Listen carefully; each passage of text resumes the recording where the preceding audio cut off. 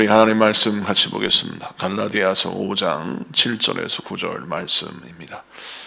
갈라디아서 5장 7절에서 9절 말씀, 우리 다 같이 합독하시겠습니다.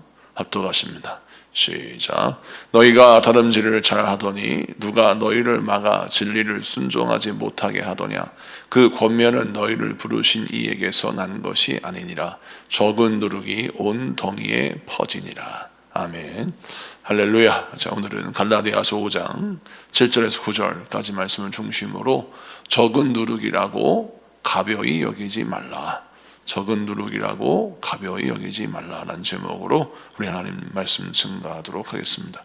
사도 바울은 갈라디아 교인들이 이단들, 율법주의자들의 말을 듣고 그들의 신앙이 변질되어서 예수 그리스도를 향한 그들의 영적인 초점이 자신들의 열심이나 자신들의 어떤 육체적인 조건에 의해서 모든 것이 결정된다라고 하는 이 생각에 빠져서 저들이 신앙적으로 타락하고 점점 교만해져 가는 것을 목도하면서 사도 바울이 오늘 본문을 전합니다.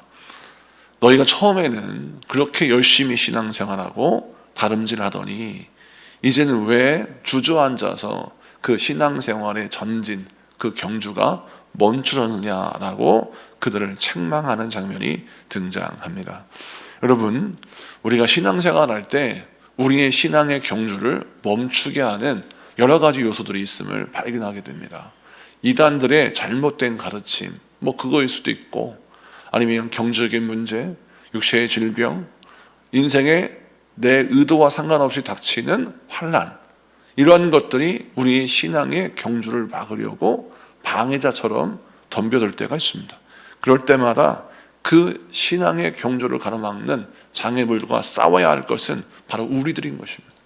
우리들이 이것과 싸워서 승리하여 우리의 신앙의 경주를 계속 이어가야 하는 것이죠. 그런데 사실 고난이나 환난, 그리고 질병이라는 것들은 극복할 수 있는 목표가 너무나 분명합니다. 왜냐하면 이것들이 우리를 넘어뜨린다는 것이 눈에 보이니까요. 그런데 세상의 유혹이나 이단 사설이나 아니면 나의 교만 같은 것들은 나의 신앙의 성장과 경주를 막는 것이라고 느껴지지 못하는 경우가 생긴다는 것입니다. 예를 들어서 교만이라는 것은 내가 뭔가 내 자신이 좀 높아지는 것 같고 내 자신에게 약간 엔돌핀 도는 그런 즐거움이 있기 때문에 교만이라는 것이 나의 신앙생활에 방해가 되나? 라고 하는 생각이 들 수 있어요.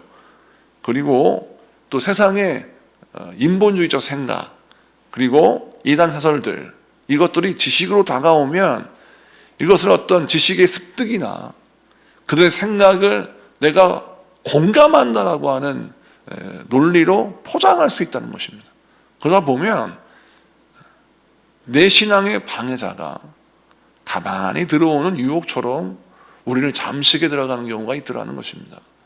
그래서 오늘 우리가 이 사도 바울의 권면을 통해서 우리 신앙생활의 경주가 멈추지 아니하고 계속해서 성장하고 나아갈 수 있는 그런 영적인 성장을 위하여 우리가 가져야 할 영적인 덕목이 무엇입니까?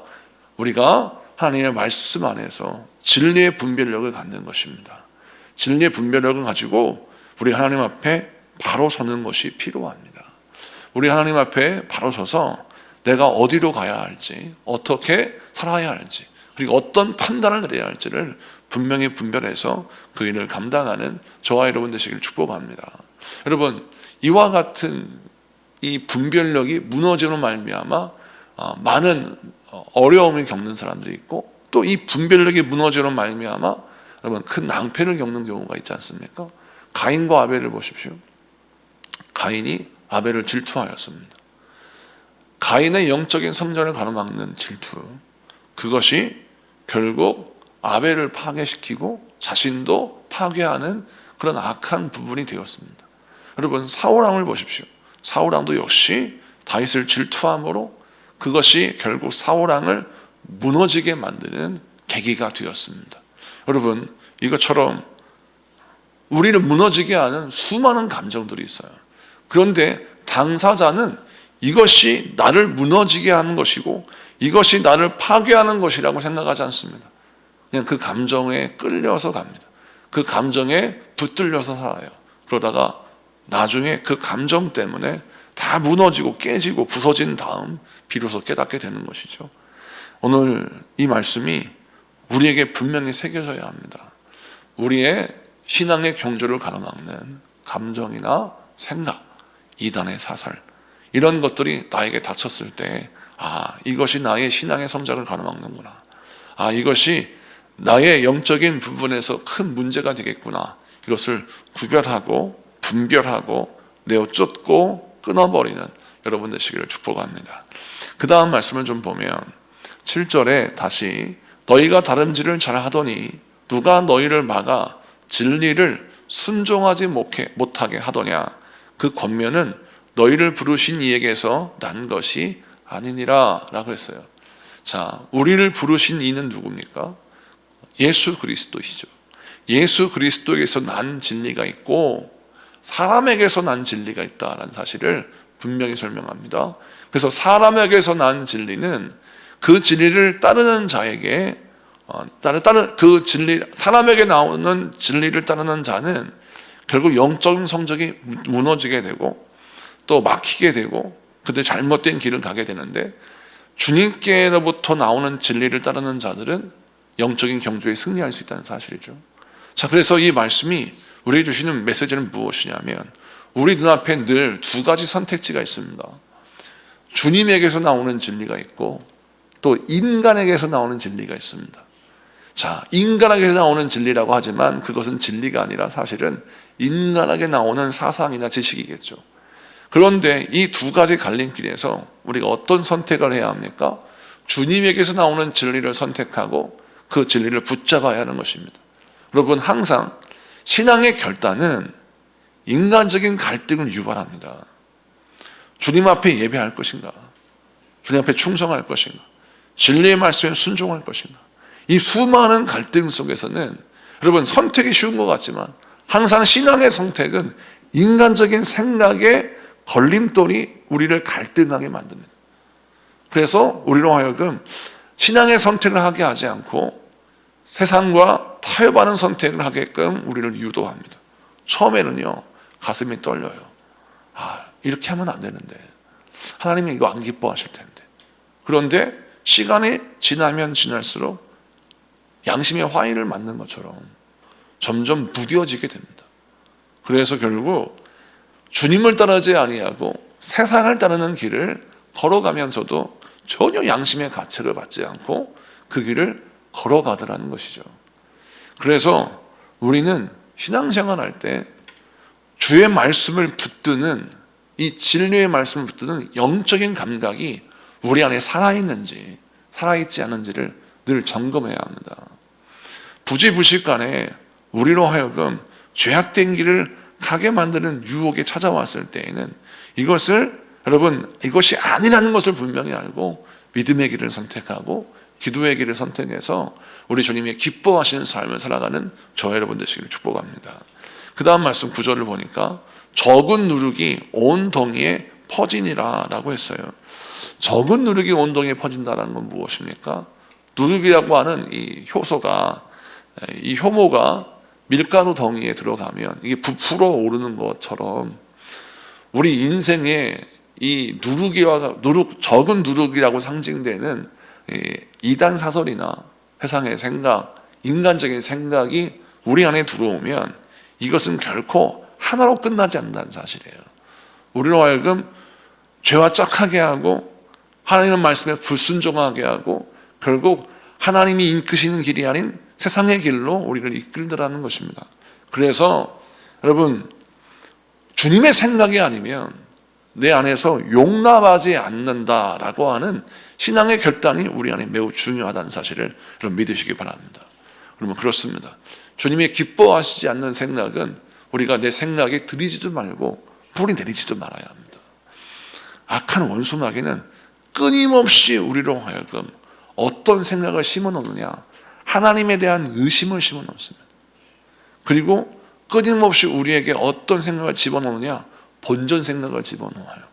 내가 하나님께 충성하고, 하나님께 예배하고, 하나님께 기도하고, 하나님 내가 헌신하고, 내가 신앙생활을 열심히 하는데 하나님이 왜 나에게 이런 고난을 허락하실까?